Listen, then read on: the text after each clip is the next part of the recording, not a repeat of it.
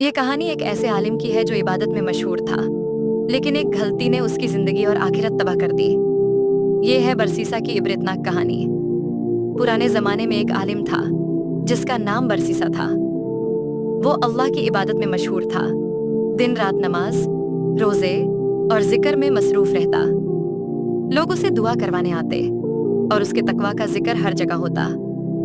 शैतान उसकी इबादत देख कर जालन में था, लेकिन उसने फैसला किया कि इसे अल्लाह से दूर जरूर करना है। एक दिन कुछ लोग बरसीसा के पास आए और अपनी बहन को उसके पास छोड़ गए कि वो बीमार है, तुम दुआ करो। पहले तो बरसीसा ने मना कर दिया, लेकिन फिर लोगों के कहने पर राजी हो गया। शैतान ने धीरे धीरे बरसीसा के दिल में वसवासा डलना शुरू किया। तुम इस लड़की का ख्याल रखते हो, तुम तो नेक हो, तुम्हारा दिल साफ है। लेकिन धीरे धीरे वो गुनाह के करीब आता गया और एक दिन वो एक ऐसे गुनाह में गिर गया जो उसकी जिंदगी का सबसे बड़ा इम्तिहान था, जीना। जीना के बाद लड़की हामिल हो गई। बरसीसा घबरा गया। शैतान ने फिर वसवासा डाला, अगर लोगों को पता चला तुम्हारी इज्जत चली जाएगी, इसको मार दो।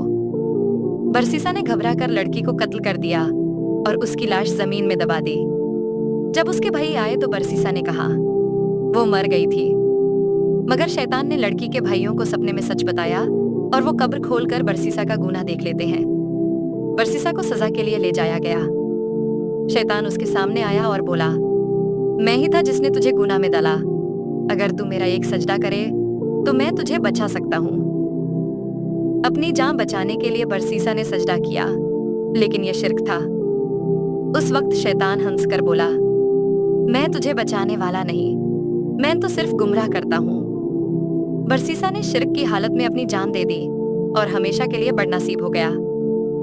इस कहानी से इबरत ये मिलती है कि गुनाह एक छोटी गलती से शुरू होता है, फिर धीरे धीरे इंसान को तबाह कर देता है। शैतान का पहला कदम हमेशा वसवासा होता है। हमें छोटे से छोटे गुनाह से भी बचना चाहिए और हमेशा अल्लाह से पनाह मांगनी चाहिए।